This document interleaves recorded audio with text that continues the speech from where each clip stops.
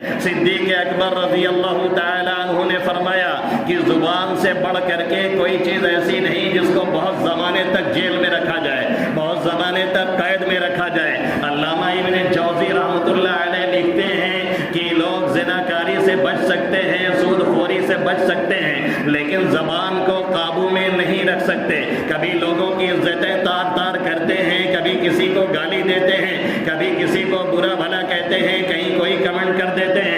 حتیٰ کہ حدیث میں ہے اللہ کے حبیب صلی اللہ علیہ وسلم نے فرمایا لیس المؤمن بالطعان ولا اللعان ولا الفاحش ولا البذی، مومن نہ طعنہ زن ہوتا ہے، نہ فحش گو ہوتا ہے، مومن نہ بد اخلاق ہوتا ہے، نہ بری زبان استعمال کرتا ہے۔ یہ مومن کی شایان شان نہیں، لیکن ہمارا اور آپ کا حال یہ ہے کہ گالی سے بات شروع ہوتی ہے، گالی پہ ختم ہوتی ہے۔ ہمارا اور آپ کا حال یہ ہے کہ کسی سے ملتے ہیں تو بجائے سلام کرنے کے، بجائے اچھائی گفتگو کرنے کے، ہم وہاں پہ گالیوں کا استعمال کرتے ہیں اور گالیوں پہ بات شروع کرتے ہیں اور وہیں پہ ختم ہوتی ہے۔ یہ قیامت کی علامتوں میں سے ہے۔ اللہ کے حبیب صلی اللہ علیہ وسلم نے فرمایا تھا قرب قیامت میں جب دو لوگ آپس میں ملیں گے تو ان کی گفتگو شروع ہوگی گالی گلوچ سے اور اسی پر ختم ہو جائے گی۔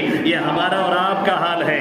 دنیاوی اعتبار سے زبان کے اچھے یا برے انداز سے استعمال کا یہ نتیجہ، اور آخرت کے اعتبار سے بھی اللہ کے حبیب صلی اللہ علیہ وسلم فرماتے ہیں کبھی کبھی آدمی کوئی بات بے خیالی میں کہہ جاتا ہے ما یتبین فیہا، اس میں کوئی توجہ اس کی نہیں ہوتی، لیکن نتیجہ یہ نکلتا ہے وہ بات اتنی غلط ہوتی ہے کہ جہنم کے گڑھے میں اتنا نیچے پھینکا جاتا ہے جتنا مشرق و مغرب کے درمیان فاصلہ ہے، اتنا کہیں دور اٹھا کر کے اسے جہنم میں دھکیل دیا جاتا ہے۔ دوسری حدیث حضرت ابو ہریرہ رضی اللہ تعالیٰ عنہ کی ہے۔ اللہ کے حبیب صلی اللہ علیہ وسلم نے فرمایا ان العبد لیتکلم بالکلمۃ من رضوان اللہ تعالی، ایک بندہ اللہ کی رضا اور خوشنودی کی کوئی بات بے خیالی میں بول جاتا ہے، لا یلقی بہا بالا، کوئی توجہ نہیں ہوتی، کبھی کلمہ پڑھا، کبھی درود پڑھا، کبھی سبحان اللہ کہا، کبھی الحمدللہ کہا، کبھی کسی کو نماز کا طریقہ سکھایا، کسی کو ٹینشن میں دیکھا تسلی کے جملے کہا، کسی کا بچہ مر گیا تھا اسے تسلی کے بیانات دیے اور کلمات کہے،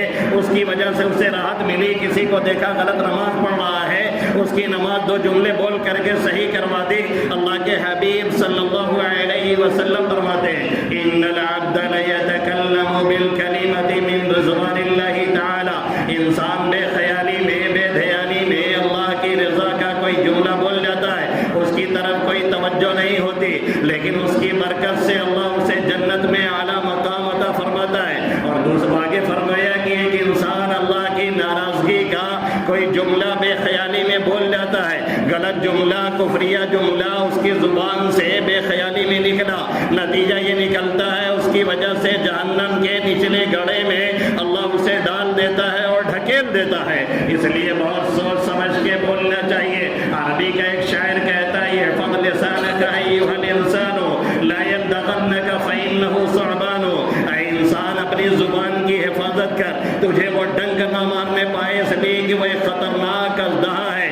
کم فی المقابر من قتیل لسانہ، کتنے قبروں میں ہیں جو اپنی زبان کے مقتول ہیں، یعنی جس کی وجہ سے انہیں قبروں میں عذاب ہو رہا ہے اور جھیلنا پڑ رہا ہے اور قبروں میں جا کے وہ پریشان ہیں، جبکہ اس دنیا میں بڑے بڑے بہادر ان سے بات کرنے اور بولنے سے ڈرتے تھے، لیکن اللہ کے ہاں اس غلط زبان کی استعمال کی وجہ سے ان کا کوئی مقام نہیں تھا، اس لیے قبروں میں اللہ نے ان کی پکڑ فرمائی۔ اس لیے میرا نبی فرما رہا ہے بہت سوچ سمجھ کے بولنے کی ضرورت ہے اور توجہ اور دھیان سے گفتگو کرنے کی ضرورت ہے۔ ایک قریب کے ایک صاحب تھے، ایک مرتبہ ایک مولانا تقریر کر رہے تھے، غیر مسلم آیا، مجھے کلمہ پڑھا کر کے ایمان میں داخل کر دیجیے۔ انہوں نے کہا تھوڑا ٹھہریے، یعنی مجلس ختم ہو جائے تب کلمہ پڑھاتے ہیں۔ دوسرے صاحب بیٹھے ہوئے تھے، انہوں نے کہا نیک کام میں دیری، اٹھ کر کے فوراً انہیں کلمہ پڑھایا۔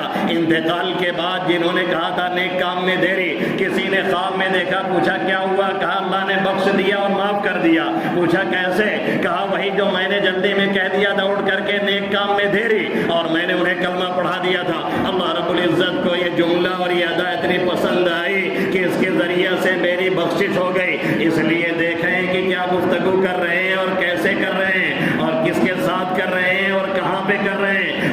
کتنا بولنا ہے اور کیسے بولنا ہے. انسان بولنا تو شروع ہی میں سیکھ جاتا ہے، 1-2 سال کا ہوتا ہے، لیکن کب گفتگو کرنی ہے، کتنی کرنی ہے، کہاں کرنی ہے، کیسے بولنا ہے، کیا طریقہ اختیار کرنا ہے، کیا انداز اختیار کرنا ہے، اس کو سیکھتے سیکھتے پوری زندگی چلی جاتی ہے اور عام طور پہ ہم لوگ سیکھ نہیں پاتے ہیں. اب ہماری اور آپ کی حالت یہ ہے کہ نہ سیکھ رہے ہیں، نہ سیکھنے کی کوشش کر رہے ہیں، نہ ایسے لوگوں کی صحبت اختیار کر رہے ہیں جنہیں طریقہ معلوم ہے. تو پھر یقین مانیے کہ ہم نقصان اٹھائیں گے. ایک تو لوگوں کے دل و دماغ سے ہم اتریں گے اور لوگوں کے ذہن و دماغ سے بھی ہم نیچے جائیں گے. جو بھی اس طرح کی گفتگو کرتا ہے، سامنے والے لوگ اگر اس کے خوف سے یا اس کے ڈر سے بھلے سامنے کچھ نہ کہیں، لیکن دلوں میں اس کی کوئی وقعت اور کوئی اہمیت انسانوں کے نہیں رہ جاتی ہے. اور کل قیامت میں بھی ہو سکتا ہے یہ زبان ہمارے اور آپ کے لیے مسئلہ کھڑا کر دے. اس لیے بہت ضرورت اس بات کی ہے کہ ہم اور آپ اس کی خصوصی حفاظت اور نگہداشت کی کوشش کریں.